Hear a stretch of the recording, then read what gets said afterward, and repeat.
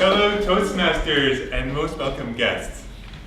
Did you know that 25% of millennials would rather be a famous YouTuber than a doctor or lawyer? This is a study that was done in January of this year, showing just how attractive being a YouTuber is for the young generation. Now today, I'd like to share my experience of being a YouTuber for the last 5 years. And going from my first ever video to now having over 1,000 videos on YouTube with a total of 2.5 million views. Whoa. YouTube also, I make about $100 a month off my videos without having to do anything at all. So it's pretty cool. I'd like to, in my speech today, I'd like to share, first of all, why I like YouTube, especially the aspect of getting feedback from your audience through the YouTube comments. Secondly, I'd like to talk about a problem with YouTube, which is the fact that people can write whatever they want, and sometimes they're very rude or even offensive.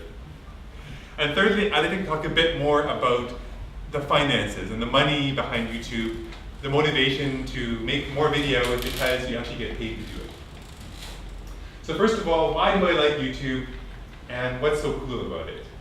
Well, my first ever video was experimental music video, where I ran around my parents' home in Delta. I was staying with them for the summer, and I recorded with a little tiny camera all the little fake birds that they have around the home. My mom likes collecting little wooden birds, and she puts them all over the plants, all over the house. So I made a quick video, close-ups of the bird, like zooming into the bird, and then I made a song on my synthesizer, which sounds very like melodic and rhythmic. So you have the birds and you have the music. It was my first video. It was called Birds in the House. It got about 100 views, and I didn't put another video up for another year or two. But then it kind of got me my feet wet in YouTube. When I went to my 10-year high school reunion, there was a fellow there who became a lawyer, and he said, "Yeah, I saw your birds video. You should keep making those." So anyways, I got inspired. The next video was I took a video of myself playing the piano. I just aimed my cell phone at the keyboard and I put it on a little stand and I played a song, a jazz song called All the Things You Are. And I recorded the audio with a nice system, so it sounded really good. That video was the beginning of posting lots of music videos on YouTube, where I gained around, I think, 2,000 followers on my piano jazz channel. Wow. I really liked getting comments on the videos because if you're an artist, if you're a public speaker, you like standing up here and seeing the audience reaction. It's really important to see what your audience thinks of your speech or of your music or of your video. And by allowing comments on YouTube, you really get to have an idea of what people are thinking. But that leads me on to the second point, because YouTube is anonymous. People don't have to give your real name, and you can write whatever you want, you can post whatever you want, you can also comment whatever you want below the video. So the majority of my comments are quite positive and enjoyable. People are saying that thanks to my video on how to fix your fridge, someone said they didn't have to buy a new fridge, they could just fix it according to my video. So I thought, yes, I saved the environment. I also get nice comments. People thank me for the tips I give or give helpful suggestions, like if I make a mistake, explaining how to test your batteries on using a multimeter. They're giving me advice on how you should actually use a bit of resistance in the multimeter to properly test the batteries. But then it comes down to once in a while, maybe about less than 0.5% of my comments that I get are a little bit disturbing. You get some negative comments where people are like, "Oh yeah, you're not very good at piano," or "You shouldn't sing anymore, you should just stick to piano," or all these things that people would say. They're saying like, "Your video's too long, you could have explained that in just 1 minute, why did you talk for 9 minutes?" But then there's even more disturbing comments where people are saying something sexual, something harassing or bullying, or something racist. And in that case, I will go and click the block button, and I will block those people from ever viewing my channel or commenting again. And because I'm not a super famous YouTuber, I don't get that many of those harassment comments, so it's manageable to keep those under control.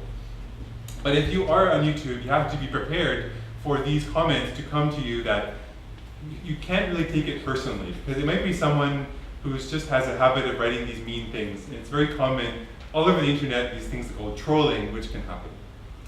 And finally, I'll talk a bit about the money side. So you may be curious, I have 1,000 videos, I work really hard making one video a day for a few years. Do I really have a future of making a living off YouTube? And I originally thought I maybe could have. But I realize now, over the 1,000 videos, you only make about $1 for every 1,000 views. If you're a famous YouTuber, you can make one video a week. Each video might get 1 million views, and that will give you around $4,000 a month salary from YouTube, which is, you can pretty much live on that. But for anyone smaller, even if you make pretty popular videos, but they don't reach the 1 million mark, it's hard to make money, make your entire living off YouTube. For me, it mainly pays for one new camera a year, basically. So which is nice. It's kind of a cool incentive for me to keep making videos. So in case you're interested in getting involved in YouTube yourself, I'd recommend a couple things to you. First of all, spend some time watching lots of videos yourself and get a sense of your style and what you would like to adapt from other people's creative efforts. What do you think your passion is that you would like to share with the world? And think about, how would your video affect the people who are watching the video?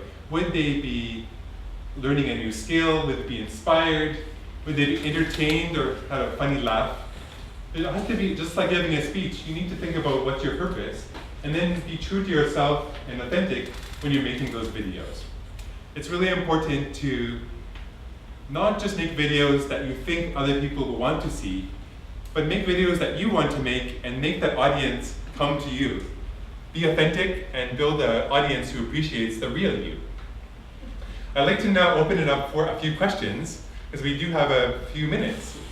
Anyone have to share the experience? Oh yes, Marina. I have 200 views in my videos, so I'm far from being rich. And I don't have commercials, but I want to ask you a question. What are the most common mistakes that you have made? Common mistakes. I find with every video, I learn something new. I was interested in learning how to make better quality videos, so I got some microphones. I got a really fancy SLR camera with a big lens, and every time I made the video, I realized I had screwed something up. Like there's too much noise in the sound, or the camera angle was a little bit off, or the colors were wrong, or maybe I had this weird, strange habit with my lips that looked really gross. So every time I tried to think about one thing I could improve with my video, and by making so many all the time, you eventually will be able to make a better video and become more comfortable. It's almost like when you're giving a speech in Toastmasters. After every speech, you can think about one thing to improve next time. And that way, over doing it regular practice, you can really improve. Thank you. Yes? Besides shooting your videos, do you do a lot of editing? Yes, the question was about editing. Do I do a lot of editing? This is something I really wanted to learn, because if you want to make a video more engaging, it helps to do some video editing. So I did take a course at a local community college on editing for a few weeks, so I got some basics. And then I just watched a lot of videos online how to do it, and mainly just learned from trying it out. So definitely, depending on what kind of system you have, there's different editing software, and there's even some free ones available. And it's a good idea to invest some time in learning how to do that, for sure. Yes. Yeah. How much do YouTube take from each ad, and how much do they give you? How does it work? You don't know how much they take, but what you get is about $1 per 1,000 views. They take a bit more on top of that. So they would charge the advertiser more than that, and then they take a cut as well. So. And you can choose whether you want your videos to be commercial or not. Exactly, yes. Linda. Can you summarize what you believe to be the key success factors of having highly viewed videos? One way to get your video viewed more is to be really thoughtful when writing the subject of the video and also the tags. Because people will search for something like how to fix my fridge with a specific model number, and they'll come right to your video. So think about what are people going to search for and add those in the title, and think about how to attract views that way. Also, it helps to get more views if you are active on YouTube and leave comments on other people's videos. And if they like your comments, they'll come check out your channel too. That's a good way to build a community around YouTubers. You can also network with other YouTubers and cross-promote each other's channels. You can do collaborations with other local YouTubers. There is a Vancouver YouTubers meetup group on Facebook. We regularly meet every month or so, and we can share videos with each other and tips, and we shoot videos together. So there's definitely a lot of community involved. But mainly about that, those are some of my main tips. Sure, any? Do you need some sort of professional camera gear to do that YouTube thing? Well, nowadays, people's cell phones are so good that you don't really need to have a fancy camera. If you have a pretty modern cell phone, you can use that to film it. As long as you have a little way to put it on a tripod, it'll be much more stable to watch. One more questions? Maybe? I'm curious as to which one of your videos has the most views. The most views is the one with the how to test your batteries. Oh. It's surprising because it's actually very incorrect. People are always saying you're not doing it right, but it still gets a lot of views. Yes. What's the most valuable thing that you've learned since starting? The most valuable thing I've learned? I think the most valuable thing I've learned is the most valuable thing I can do for people is to help them with something. So if I learn something, I want to show other people how to do it. It makes their life easier because YouTube is a vast resource of knowledge that people just share freely. You don't have to be an expert to share your knowledge. You can, as long as you have something useful to share, other people who are beginners can even benefit from that. So that's what I find. Well, Jen? Yeah, I know that you get paid like about the $1,000 views. But I noticed also in the last few years, when you want to watch a video on YouTube, there's also ads running.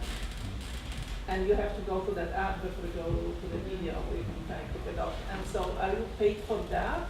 Like, I don't know if you have ads on your channel, but that would be different than the $1,000. So Jenna's question was about the ads that play before the videos, wondering how does that relate with the revenue that you get. So indeed, that is directly connected with the money. If someone spends the time and actually watches the whole ad and doesn't click the skip this ad button, then I'll get the money. But if they click skip, then I don't get the money. So it just relies on a certain amount of people not skipping it for me to get paid. But that has nothing to do with the $1 per 1,000 views. It does, but the dollar per 1,000 views is like an average over time. That a certain number of people just are interested in the ad and don't click. Yeah. I've never wanted that As the YouTuber, can you choose who can advertise on your YouTube video? So the question was, can I choose who's advertising on my video? And there is some ability to block certain content if you don't agree with certain political views or things like that. But in general, YouTube will decide what to put. Linda, yes, yeah. Linda, yes. Linda. Geoff, how would you summarize your vision for yourself as a YouTuber? Yes. I realize that I can't make a living off YouTube, but it is very fun. So I would say my vision is to use some knowledge I have and share it with other people and hoping that they'll benefit and making videos that are enjoyable to watch and useful. Yeah. Yes. I just want to add something. Nowadays there's specific studios for YouTubers. In Toronto, I'm not sure if it's here in Vancouver, so if you're a professional YouTuber, you don't have to shoot in your house. You can go there, rent it for an hour or so, do whatever you want. Yeah, the YouTube Spaces, I think if you have at least 10,000 subscribers, you can make use of these Google-funded YouTube Spaces where you can use their camera equipment. They have beautiful rooms where you can shoot, and I'm not quite at that level yet, maybe halfway there myself, but once you reach a certain level, they start giving you a lot of free perks and stuff. Yes. Yeah. Tapas. As a YouTube watcher, when I'm watching the YouTube video, is there a way that if I decide that I don't want to see any ads?